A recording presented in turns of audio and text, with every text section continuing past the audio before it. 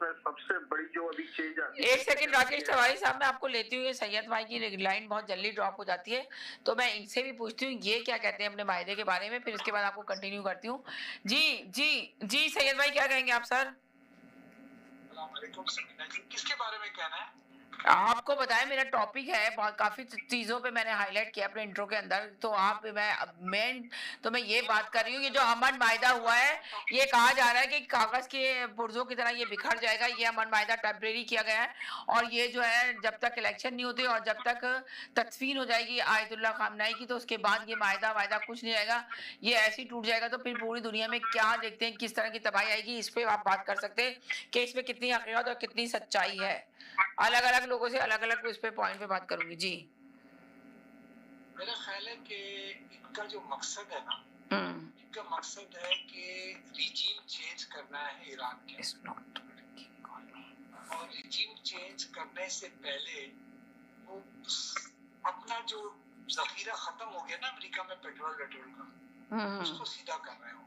Yes, जब वो जखीरा वखीरा पूरा हो जाएगा, इनका पूरा काम हो जाएगा, उसके बाद बोलेंगे चल बेटा अब शुरू हो जाए, दोबारा इजराइल को बोलेंगे, वो अपना शुरू हो जाएगा। यस, उसको सपोर्ट यू आर करेक्ट। कहानी तो कुछ ऐसी और तो कुछ भी कहानी नहीं। जंग ये अभी तीसरी जंग जब तैयारी है, कब स्टार्ट होगी ये तो नहीं पता, लेकिन कभी भी हो सकती है। कभी भी हो सकती है, जंग रुकने वाली नहीं।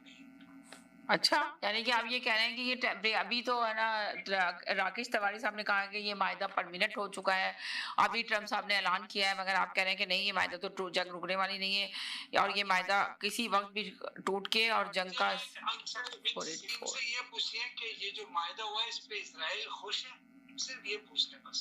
जी बताएं सर, क्या कहेंगे? जी, सबसे पहली चीज तो ये समझिए कि अभी जो खबर है वो ये है कि जो ईरान के जो विदेश मंत्री हैं, जो फॉरेन मिनिस्टर हैं, ओके, उनके ऊपर गालिबाफ और जो है वो उनके ऊपर ये जो वार्ताकार थे उनको इजराइल मारना चाहता था। मतलब कि ये जो पाकिस्तान के अंदर में जा करके ये जो डिस्कशन होने वाला था, इसके ऊपर अमेरिका ने टिप दी ईरानियों को, ईरान सरकार को, कि भाई इजराइल आपके जो फॉरेन मिनिस्टर हैं इनके ऊपर ये क्या नाम है, अरागाची और गालिबाफ दोनों को मारने के लिए इजराइल ने तैयारी की थी, लेकिन यूएस ने ये इंफॉर्मेशन दे दी जिसके कारण से वो बच गए।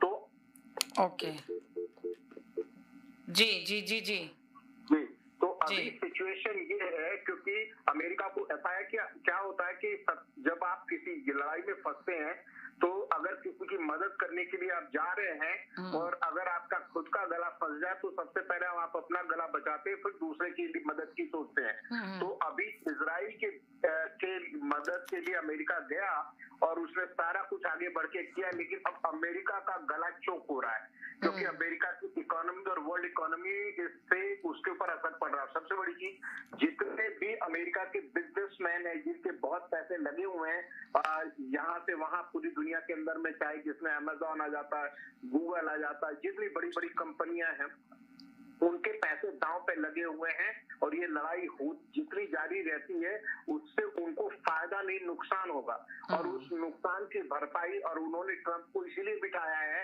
कि नुकसान नहीं फायदा हो। तो एक टाइम तक में वो फायदा देख रहे थे ईरान से वार में, तब तक उन्होंने सपोर्ट किया, लेकिन अब वो देख रहे हैं नुकसान हो रहा है और इजराइल के लिए अमेरिका ये इतना बड़ा नुकसान और आगे कंटिन्यू नहीं कर सकता है। और उसके बाद में साथ में अमेरिका को फेस सेविंग भी है, क्योंकि उन्होंने जो जाकर के अभी जो G7 समिट हुई थी पेरिस में, वहां पे सबके बीच में हस्ताक्षर भी कर दिए, साइन भी कर दिए। तो मतलब ये ऐसा करना जो है अमेरिका के लिए नुकसानदेह। तो लेकिन ये खबर चाहे तो चेक करवा लीजिए कि अमेरिका ने ये टिप दी है, यूएस ने एक्सपोज किया है कि इजराइल मारने वाला था गालिबाफ और अरागाची को। तो लेकिन ये उसके और पाकिस्तान के अंदर में जो पीस डील के ऊपर और ज्यादा